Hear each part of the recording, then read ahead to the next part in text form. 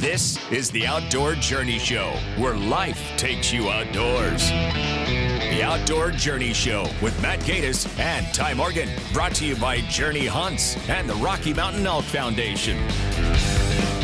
Welcome to today's show. I'm Ty Morgan, along with Matt Gaddis, your host for the Outdoor Journey Show, and we're here with our title sponsor, Matt, and excited to bring on board the Rocky Mountain Elk Foundation. Troy Sweet here with us today, and thank you for your partnership with us today. This is a great opportunity for the Elk Foundation to get out in front of a lot of people. We haven't spent a whole lot of money on marketing, and the more people we can get in front of, the more mission we can accomplish. So I think it's a great idea and a great opportunity for the Elk Foundation. Yeah, Troy, we're definitely thankful for the Rocky Mountain Elk Foundation being on board with the Outdoor Journey.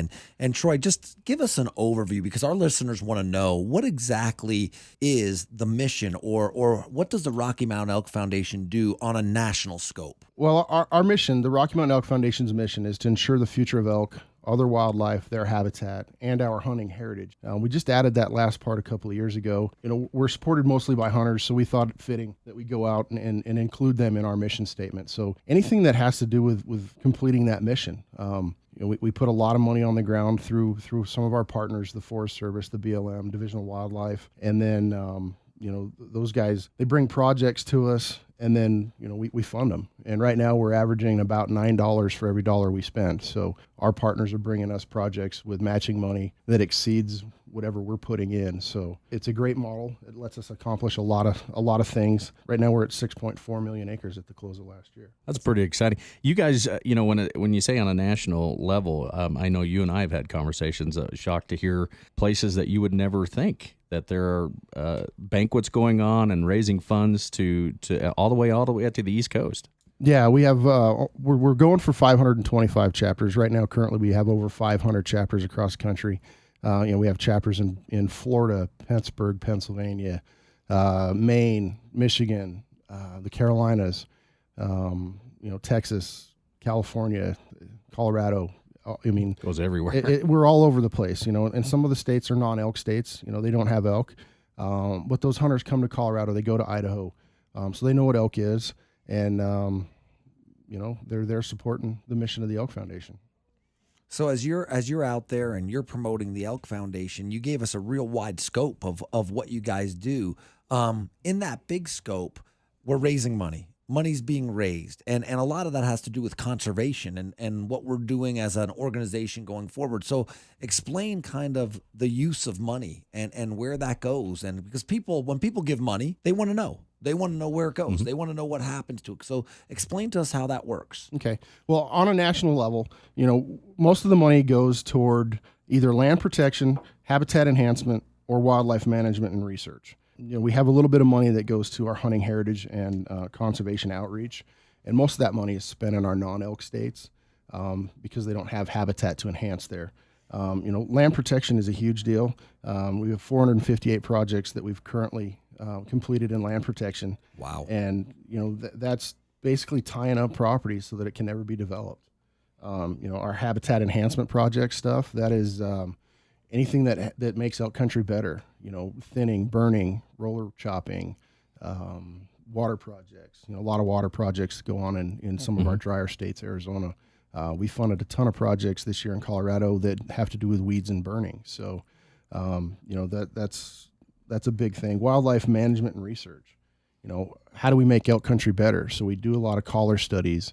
We do some studies with brucellosis and other things like that to try and figure out, how to make elk country better and what their needs are, where their migration corridors are, where their winter range is, where summer range is, how that, oil and gas is affecting those things, and how we can, make it better. How do people get involved? I know there are many levels, like becoming a life member, all the way down to just coming to a banquet and just being there, being a part of something like that really goes towards the big picture. The first thing that anybody who wants to be involved with the Elk Foundation, the first thing they need to do is, become a member. Go to rmef.org and purchase a membership for $35. That's going to get you 6 issues of the Bugle magazine. We're bi-monthly.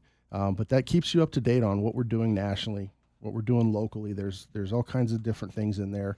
but it invites you to the local banquets.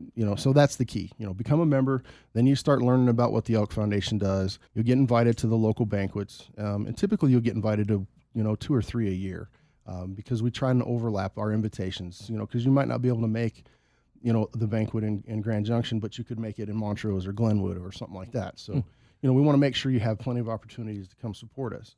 And once you do that, once you get, become a member and start going to the banquets, at that point, then if you feel like volunteering, then, you contact one of the chapter chairs and tell them you want to be a volunteer, or contact myself and say, hey, I want to volunteer, and we get you hooked up with the right people. So where do they go from there then? Okay, so they can volunteer, they can get involved at a level of becoming a member. I know that Ty and I both are life members, and explain that whole process, because there's a lot of value through that membership that you can bring to personal involvement in conservation.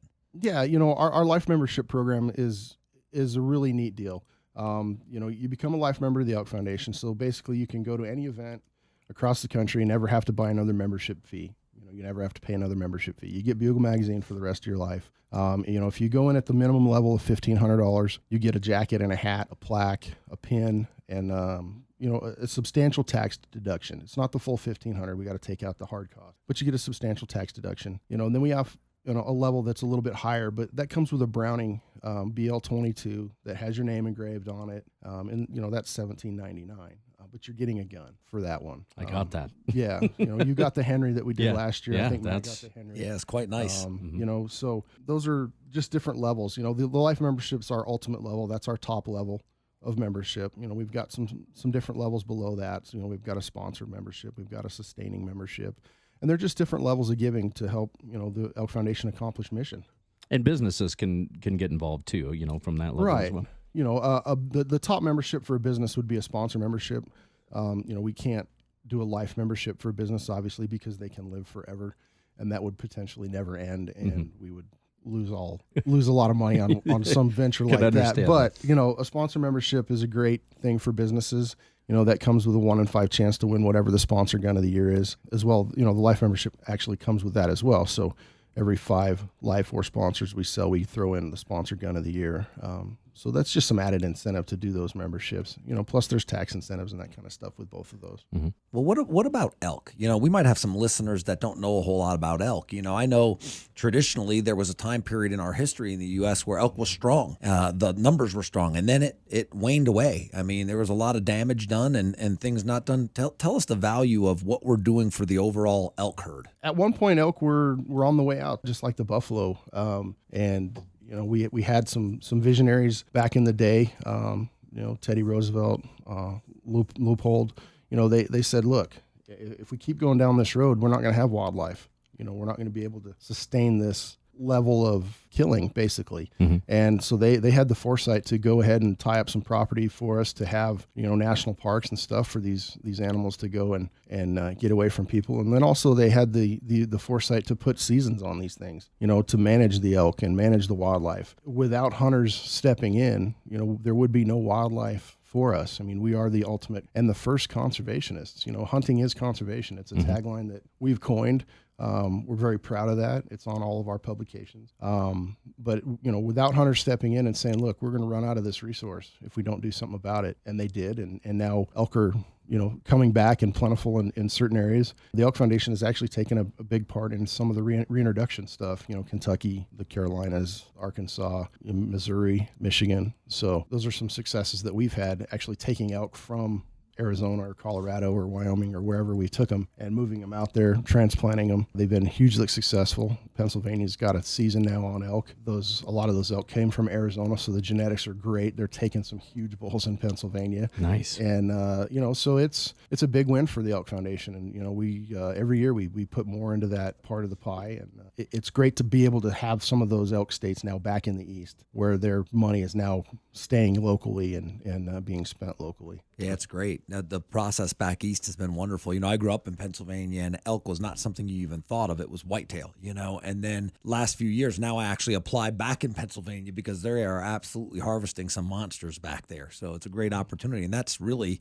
mainly thanks goes to the Rocky Mountain Elk Foundation for that initiation of that project. Yeah, and it's a hard thing. A lot of those landowners don't really understand the benefit of elk, and they fought us pretty hard. But once the feasibility studies were done and everybody kind of outweighed them and voted it, now those landowners are seeing the benefit of the tourism and that kind of stuff, and the arms have just been opened up. They've been embraced. It's great. We just finished the completion of the Missouri Elk Restoration Project.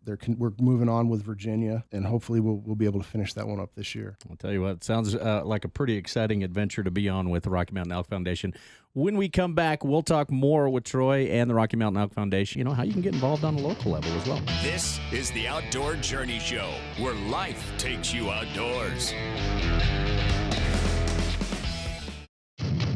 This is the Outdoor Journey Show, where life takes you outdoors. The Outdoor Journey Show with Matt Gatus and Ty Morgan, brought to you by Journey Hunts and the Rocky Mountain Elk Foundation.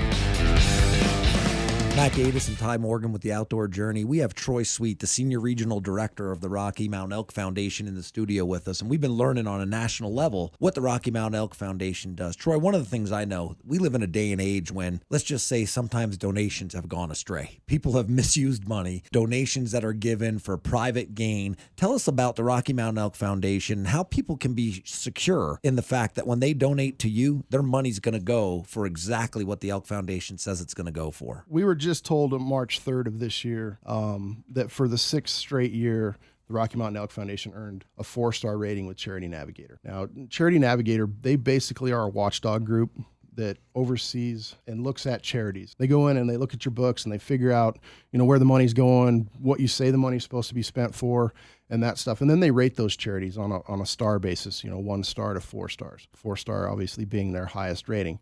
And we've done that for the last 6 years in a row, which puts us in the top 3% of all charities that they oversee. It's amazing. Yeah, so what that tells you is that any money that you're giving to the Elk Foundation or thinking about giving to the Elk Foundation, that money is actually being used for what it's supposed to be used for. If we say it's going to be used for projects in Colorado, that money is going to be used for projects in Colorado. Our books are basically an open book. Anybody wanted to call David Allen and say, "Hey, I want to know where this money's going," he'll tell you, because we have nothing to hide. Mm-hmm. We don't try and play games with money. We do what we say we're going to do. That's how it is. Well, we're blessed to live right here in elk country. There's no doubt about that. And I know we all love, the three of us love spending time in the outdoors and spending time in the middle of elk country. Troy, what does the Rocky Mountain Elk Foundation do right here, right in our backyard? Because our listeners are here. Although we live in elk country, there's a lot of people who don't know, who don't understand what the benefit is on a local level of an organization like the Rocky Mountain Elk Foundation. Right. We haven't done a very good job ourselves of actually getting them a lot of this information out in front of people. But in our 30-year history, we turned 30 years old this year, the Elk Foundation did. And over the last 30 years, we've completed 608 projects in Colorado. 112 of those have been land protection and access projects. 328 of them have been habitat enhancement projects. We've got 70 wildlife management projects, 17 research projects, and 81 hunting heritage and conservation outreach projects. And so there's a wide range of what we do, but the land protection projects, those are huge. 112 of those, typically that's a conservation easement. What those are is the landowners come to us and said, look, this is critical elk country. It's either winter range or calving grounds or whatever, and we don't want this to be developed ever. Mm-hmm. And so they basically give up their rights to develop this piece of property. So we've got 112 of those in Colorado. That's awesome. A huge amount, more than any other state in the country. And that's $135 million, over $135 million spent project towards that has been accomplished. And of those 112 conservation easements, probably 98% of those have been donated easements. The Elk Foundation has put no money into those other than monitoring. Wow. And typically when a landowner donates a conservation easement to us, we also ask them for a gift so that we can monitor that property, because we have to monitor it forever, because the language is perpetuity. The Elk Foundation's on the hook to actually manage that and watch that property for the rest of eternity, I guess. So we ask them to give us a chunk of money so that we can pay for that, and so it's not coming out of banquet funds or whatever. Habitat enhancement, 328 projects. we're looking at over $12 million, just the Elk Foundation that are spent in 30 years. We do a lot of stuff. And, if you want to take a look at the map and see exactly where those projects are across the state, you can always go to our website, rmef.org, click on Colorado, and it'll tell you all the relevant things that are going on in Colorado. You can look at the project history from the previous year moving forward, or moving back in time to when we started. At the end of this year, we'll update all that stuff. And so it'll be, 2014 through inception. Right. We'll be on those maps. If you take a look at those maps, obviously it's all in elk country. It's in the mountains. A lot of projects are going on in the northwest corner. We got a bunch of projects in the southeast corner. A lot of projects up by Steamboat. We've got a bunch of projects on the Mesa, the Uncle Padre. So, we're covering elk country in Colorado. One of the questions I like to ask, or at least get out to the listeners, is every banquet I've gone to and being involved as an adult coming to these events, it's great to see what's going on, but the youth, I want to say clueless. I don't want to say that word, but really don't have a lot of knowledge as to what's going on. You guys actually go that extra mile and you do something for the kids at each of these banquets to make sure that they're brought into the dance, if you will. Yeah, and obviously they're the future of conservation. They're the future of everything that we hold dear. And, if we don't teach them our values and why it's important to be a hunter and what that does for wildlife, they're not going to know. They're not going to carry on that tradition. So, we like to do things at each banquet to bring the kids into the fold of RMEF, if you will.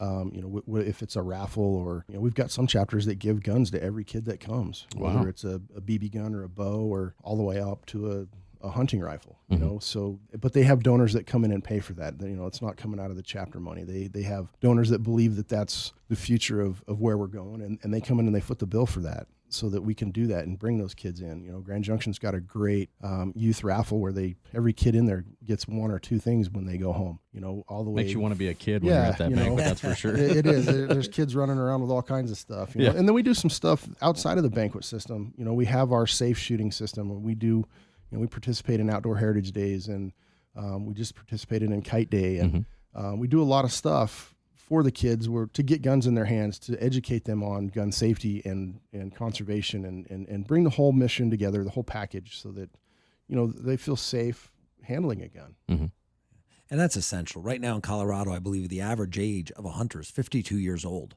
And so getting youth involved, getting youth tied in is an essential part of any conservation organization. And I'm glad the Rocky Mountain Elk Foundation is on top of that and making that happen. Yeah. The youth are our future. And we just launched a youth membership. It's $20, puts everything in front of a kid electronically, because that's the medium they're comfortable with. Right. So it has a Twitter feed. It's got Facebook, the Bugle magazine. It's just electronic for them.